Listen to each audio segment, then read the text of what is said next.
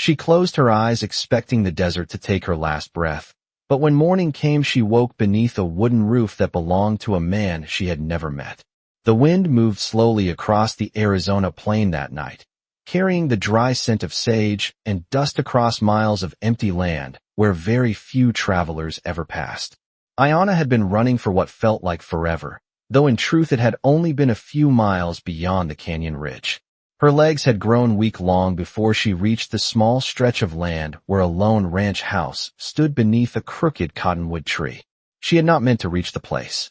She had only been looking for somewhere quiet enough to rest before the darkness swallowed her strength completely.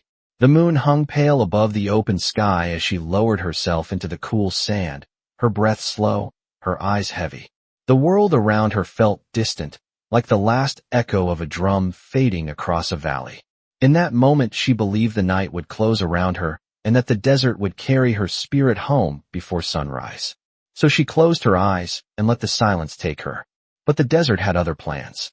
Somewhere not far away, a lantern burned inside a small ranch house built from rough pine boards and stubborn patience. The man who lived there had spent most of the evening repairing a broken fence line nearly half a mile from his porch. Ethan Cole had lived alone on that stretch of land long enough to recognize when something in the quiet did not feel right. It was not a sound that brought him out across the moonlit yard. It was the absence of sound. The horses in the corral had gone still, their ears pointed toward the edge of the open field. When Ethan walked toward the far fence carrying his lantern, he noticed a faint trail of disturbed sand where someone had stumbled across the ground. 20 yards beyond the fence, he found her lying motionless beneath the pale glow of the moon. She looked small against the wide desert, wrapped in a worn blanket of dust and exhaustion. For a long moment, he simply stood there, listening to the wind pass through the cottonwood branches. Out here, strangers usually meant trouble. Yet something about the stillness of the girl in the sand told a different story. Ethan set the lantern down beside her and knelt quietly, checking the slow rhythm of her breathing. She was alive, though barely awake enough to know it. Without speaking a word, he lifted her carefully and carried her across the yard toward the ranch house. By the time the sun rose over the eastern hills the next morning, the desert had turned gold with early light. Inside the small wooden bedroom, Ayanna opened her eyes slowly, confused by the unfamiliar ceiling above her and the soft creak of floorboards nearby. She turned her head just enough to see a tall figure standing by the window, pouring coffee into a tin cup as the morning light filled the room. The stranger glanced over his shoulder and met her eyes with calm surprise, as if he had expected the moment to arrive eventually. The Apache girl who believed she would die beneath the desert sky had instead awakened in the quiet home of a cowboy who lived where the land met the horizon. Ayanna remained still for several seconds after opening her eyes, studying the unfamiliar room with the quiet caution of someone who had learned long ago that survival often depended on patience. The ceiling above her was made from rough wooden boards darkened by years of desert sun, and the faint smell of coffee drifted through the air like a warm signal that morning had fully arrived. Outside the window, she could hear the low shuffle of horses moving in a nearby corral and the soft creak of leather as one of them shifted its weight against a fence post. None of it felt threatening, yet none of it belonged to her world. Ethan Cole stood by the window holding a tin cup between his hands as if the warmth of it helped him think. He had noticed the moment her eyes opened even though she had not spoken. Out here a person learned to notice the smallest change in the air, the same way a rancher could tell when a storm was forming 20 miles away just by watching the way birds turned across the sky. He took a slow sip of coffee and spoke without raising his voice. "You are awake." His words were calm and steady, the kind that did not rush to fill silence. Ayanna did not answer immediately.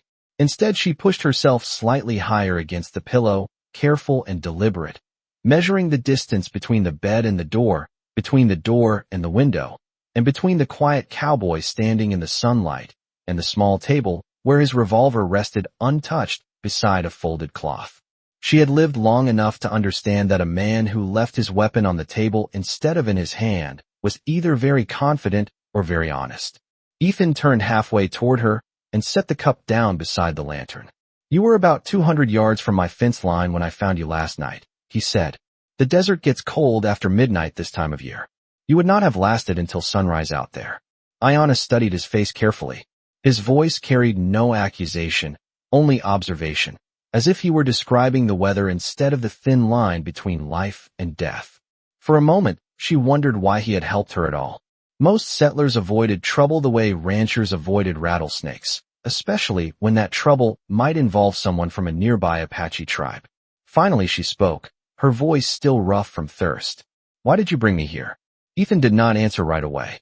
He walked to the wooden pitcher on the table and poured water into a simple glass before handing it to her. "Because you were still breathing," he said.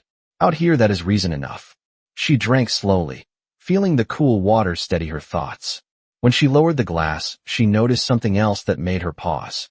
On the wall above the small fireplace hung a faded piece of leather decorated with beadwork that belonged to no ranch store and no town trader. It was Apache work, unmistakable even after years of sun and dust. Ethan followed her gaze and nodded slightly, as if he had expected the question before it arrived.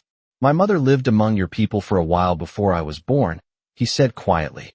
"Long enough to learn a few things worth remembering." The room grew still again as morning light stretched across the wooden floorboards.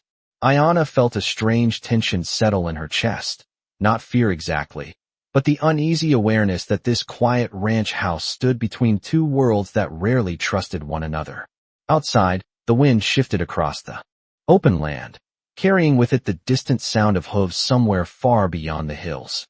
The sound drifted across the valley again, distant but steady, the unmistakable rhythm of horses moving over dry ground.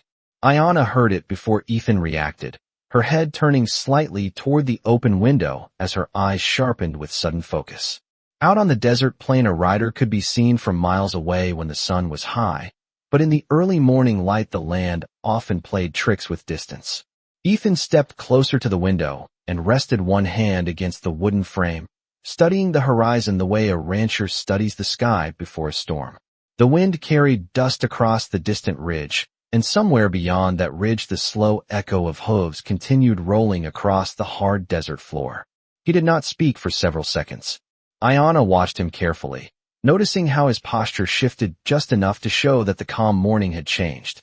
Someone was riding fast, and not just one horse.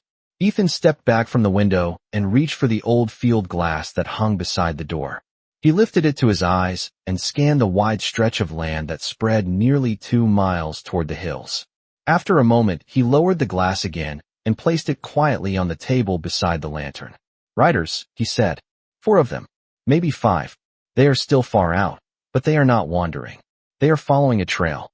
The words settled into the room like dust after a gust of wind. Ayanna felt her chest tighten because she already knew whose trail those riders followed. She pushed the blanket aside and slowly swung her feet toward the floor, though the strength in her legs had not fully returned. Ethan noticed immediately. "You should not be standing yet," he said calmly. "You are still weak." Ayanna shook her head once, steady but firm. "They are not looking for land," she said. "They are looking for me." Ethan did not show surprise, but the quiet look in his eyes deepened as if a puzzle piece had finally fallen into place.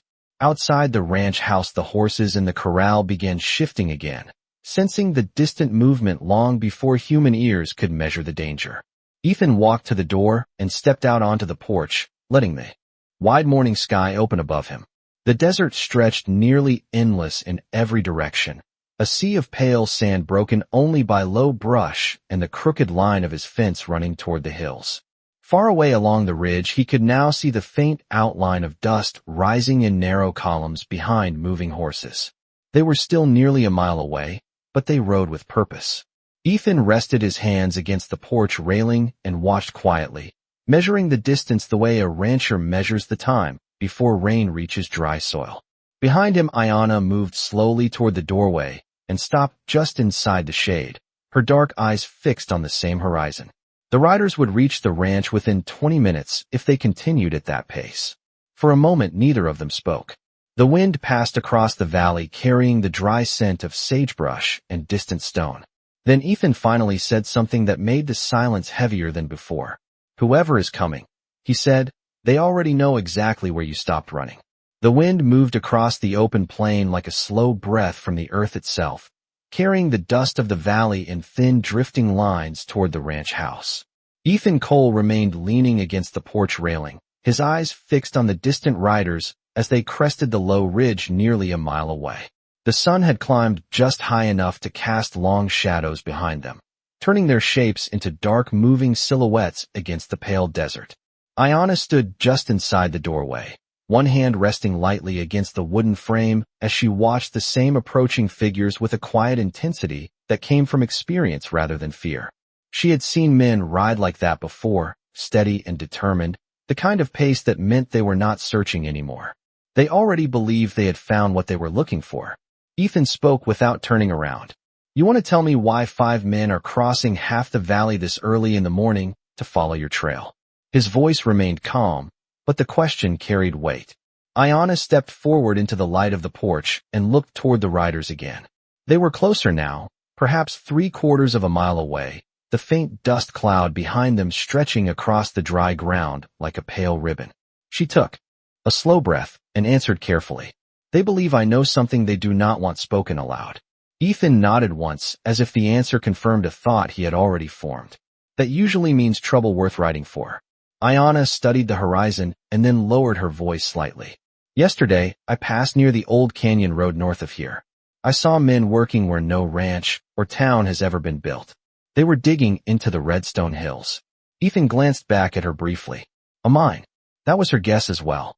The land out there had always been quiet, too dry for farming and too rocky for cattle.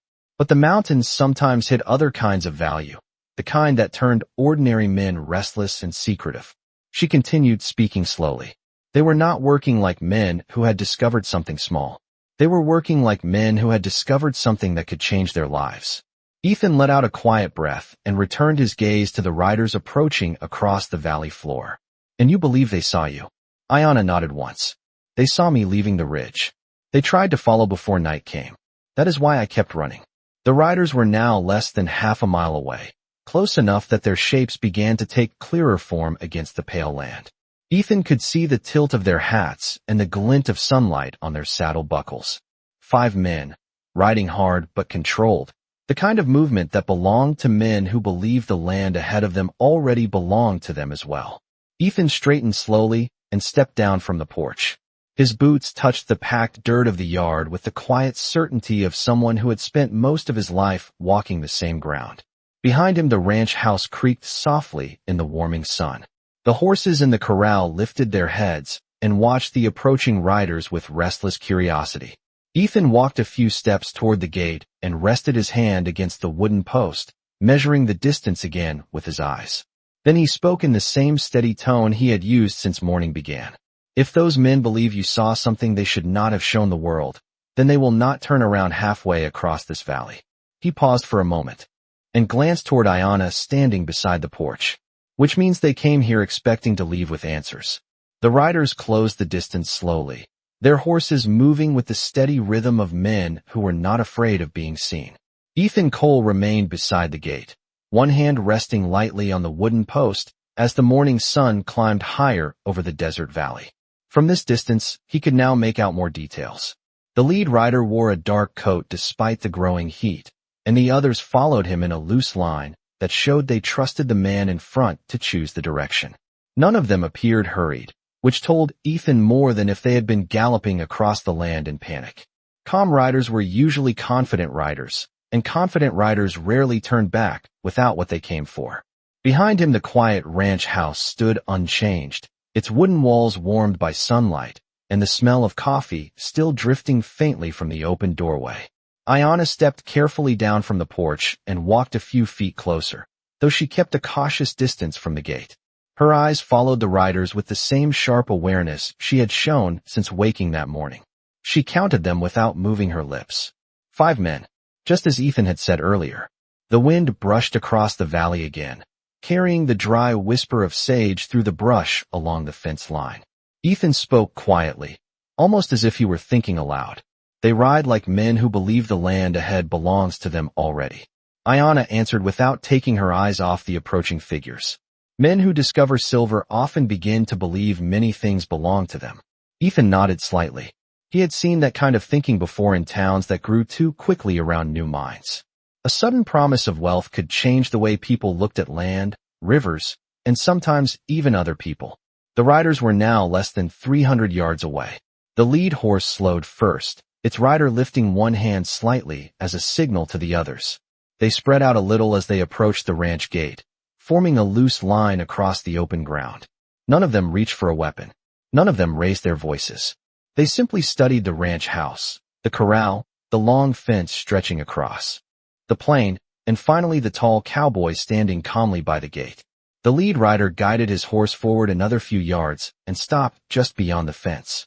His face was weathered from years of sun and dust, and his eyes moved carefully across the scene before settling on Ethan. "Morning," he called out in a voice that carried easily across the yard. Ethan returned the greeting with the same even tone. "Morning." The man glanced briefly toward Ayanna standing near the porch, and then back toward Ethan. "We are looking for someone who passed through this valley last night," he said. "A young woman traveling alone." Ethan did not answer immediately. Instead, he rested both hands on the top rail of the gate and studied the rider with the quiet patience of someone who had learned that silence often revealed more than quick words. The desert stretched wide and empty behind the riders, the same endless land that had hidden Ayanna only hours before. After a moment, Ethan finally spoke. "A lot of ground passes through this valley every day," he said. The rider gave a small smile that did not quite reach his eyes. "Not ground like this." He nodded toward the faint trail still visible in the dust beyond the fence. "That trail ended here." The rider's words settled into the quiet morning like dust after a long ride, and for several seconds no one moved. Ethan Cole remained leaning against the top rail of the gate, his hands resting easily on the weathered wood, as if he had heard the same kind of question many times before.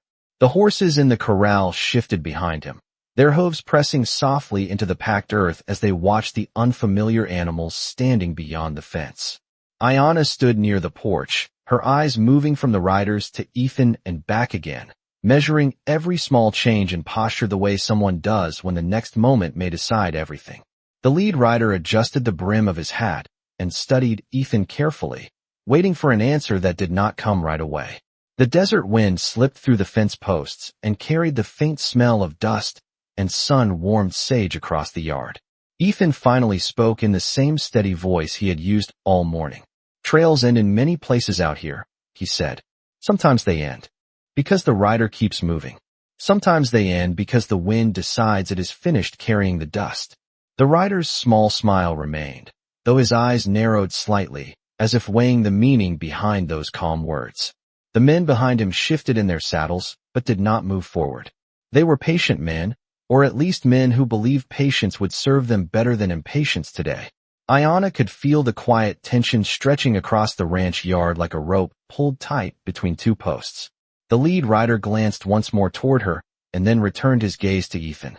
"We have been following that trail since early morning," he said. "It came down from the canyon road and crossed nearly 3 miles of open ground before it reached this fence. People do not vanish halfway across the valley." Ethan nodded slowly as if he agreed with the idea. "That is usually true," he said. The rider tilted his head slightly. "Usually." The silence that followed was not angry or loud. It was the kind of silence that belonged to men who were deciding what kind of conversation they were truly having. Finally, the rider shifted his weight and gestured loosely toward the distant hills behind him. "We are not here to cause trouble for anyone living quietly on their land," he said. "We are simply looking for answers about someone who might have passed this way." Ethan studied the man's face for a long moment, then looked briefly toward the open land stretching beyond the fence line. The desert remained wide and empty in every direction, the same land that had hidden Ayanna during the long night before sunrise. When he turned back to the rider, his expression had not changed. "A lot of people pass through this valley," he said. "Some stay a while. Some keep riding until the land forgets their tracks." The rider watched him carefully and then glanced toward the faint trail in the dust again. His voice remained calm, but carried a new firmness beneath it. "The land has not forgotten this one." He lifted his chin slightly toward the ranch house behind Ethan. "And it looks like the trail decided to stop right here." The desert remained quiet after the rider finished speaking, the kind of quiet that made even the smallest sound seem larger than it truly was. Ethan Cole did not move from the gate. His hands still rested on the wooden rail, and his eyes remained steady on the man sitting across from him on horseback. For a moment, it seemed as if the entire valley was holding its breath. The wind slowed. The horses stopped shifting. Even the distant brush stood still beneath the rising sun. Behind Ethan, Ayanna understood something important in that silence. These men had not ridden across miles of desert because they were uncertain. They had come because they believed the truth already waited somewhere on this land. She took a slow step forward from the porch. The movement was small, but every rider beyond the fence noticed it immediately. Their eyes shifted toward her the same way hawks turn when something moves across open ground. Ethan did not turn around when he heard her footsteps, but he knew exactly where she had stopped. Just behind his left shoulder, still inside the safety of the yard. The lead rider watched her carefully and spoke again, his tone calm, but firmer now. That trail belongs to her, does it not? The question hung in the air like dust that had not yet decided where to fall. Ethan remained silent for a moment longer, then straightened slightly and rested both arms along the top of the gate. You rode a long way this morning, he said. A man usually does not travel that far unless he believes something important waits at the end of the road. The rider nodded once. That is true. Ethan glanced briefly toward the distant hills, as if measuring the land again before returning his attention to the man in front of him. Then perhaps the important question is not where the trail ended, he said slowly. Perhaps the question is why 5 men decided it was worth following in the first place. The rider's expression changed just enough to show he understood the shift in the conversation. The other men behind him sat quietly, their horses breathing softly in the growing heat of the morning. Finally the rider answered. Because the person who left that trail walked away from something that does not belong to her. Ayanna felt the words settle inside her chest like a weight. She stepped forward another pace, now standing beside the porch steps where the sunlight reached her face fully. Ethan finally turned his head. Slightly, just enough to see her from the corner of his eye. The look they shared lasted only a moment, but it carried a quiet understanding. Some truths could not remain hidden forever once riders had already crossed half the valley searching for them. The lead rider noticed that look and leaned forward slightly in his saddle. If she speaks now, he said calmly, this morning may end peacefully. Ethan looked back at him without raising his voice. And if she does not? The rider studied the ranch yard, the quiet house, the corral, and the open desert beyond the fence. Then he answered in the same measured tone. Then we will keep asking questions until the land gives us the answer. The wind shifted across the ranch yard again, brushing dust along the fence line as the morning sun climbed higher above the valley. The riders remained where they were beyond the gate, their horses standing calmly but alert, ears flicking at every small sound that moved through the dry air. Ethan Cole studied the man in front of him without hurry, as if the passage of time belonged to him more than to anyone else standing in that moment. Ayanna felt the weight of the silence pressing gently against her thoughts. She knew the land well enough to understand something the riders had not yet noticed. Sound traveled far across an open desert, sometimes farther than a man expected. She stepped forward again, moving past the porch steps until she stood clearly in the sunlight. The lead rider watched her carefully now, his expression steady but curious. So the trail does belong to you, he said. Ayanna did not answer immediately. Instead, she looked out across the valley beyond the riders, her eyes scanning the distant ridges that shimmered beneath the rising heat. Ethan followed her gaze without turning his head fully. For several seconds he said nothing. Then quietly he spoke. You hear it too. Ayanna nodded once. The riders exchanged brief glances among themselves, uncertain what the two people inside the fence were listening for. At first the valley seemed unchanged. The wind continued to drift slowly across the land. A hawk circled high above the far ridge. But then a faint rhythm began to reach the ranch yard from somewhere far beyond the hills. Hooves. Many of them. The sound was still distant, rolling softly across the open land like distant thunder, but it carried a pattern that no one raised in the west ever mistook. Horses moving together. The lead rider straightened slightly in his saddle and turned his head toward the northern ridge. One of the men behind him narrowed his eyes and spoke quietly. That is not one rider. Another voice followed. Not 5 either. Ethan finally lifted his eyes toward the horizon beyond the riders. A thin line of dust had begun to rise along the far edge of the valley where the land dipped between 2 low ridges. The dust line grew slowly but steadily, stretching wider as the moments passed. Ayanna spoke softly enough that only Ethan heard her clearly. They followed my path after sunrise. The riders in front of the ranch turned their horses slightly to face the distant ridge, uncertainty replacing the calm confidence they had carried across the valley earlier that morning. The lead rider studied the growing dust cloud carefully.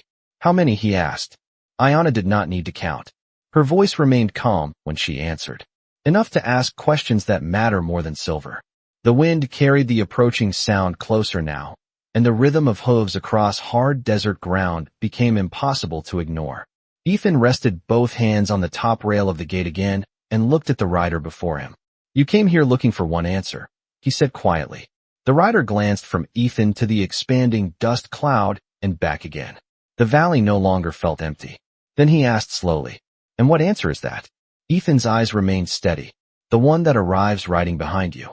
The sound of approaching horses rolled across the valley like distant thunder, growing slowly stronger with every passing second. The riders beyond the fence turned fully in their saddles now, all 5 of them facing the rising dust along the northern ridge. What had begun as a faint line on the horizon had become something larger, wider, moving steadily across the open land toward the ranch. The desert that had felt empty only minutes before no longer seemed empty at all. Ethan Cole remained beside the gate, his hands resting calmly on the top rail, as if the changing moment had only confirmed something he had already expected. Ayanna stood several steps behind him in the sunlight, her eyes fixed on the approaching dust cloud that stretched across nearly half a mile of distant ground.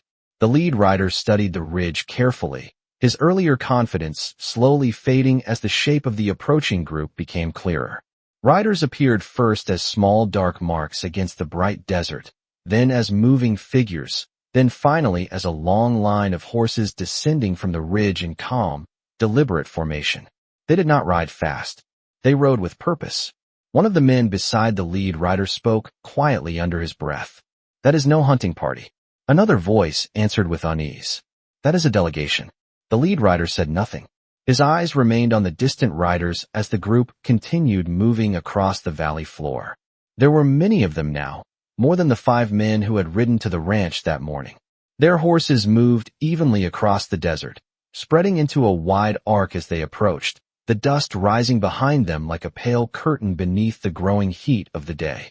Ethan finally lifted his eyes toward the horizon and watched them for several moments before speaking quietly. They came faster than I expected. The lead rider turned back toward him slowly. You knew they were coming. Ethan nodded once. The desert carries news farther than men believe. The rider glanced again at Ayanna, and this time there was less certainty in his voice when he spoke. Who are they? Ayanna stepped forward until she stood beside Ethan at the gate. The wind moved gently across the yard, stirring the dust around their boots and carrying the distant rhythm of hooves closer with every breath of time. She answered simply, My people. The riders beyond the fence exchanged another round of silent glances. The approaching group had now crossed nearly half the valley, their formation calm but unmistakable. At the front rode an older man with long dark hair tied behind his shoulders, his posture straight and steady in the saddle as he guided the line forward without urgency. The lead rider at the gate watched the approaching group for several long seconds before speaking again, though this time his voice carried a different tone. We came here asking questions about silver. Ayanna looked at him calmly. The man nodded slowly as if understanding something too late to change. And now the valley will ask questions. About us.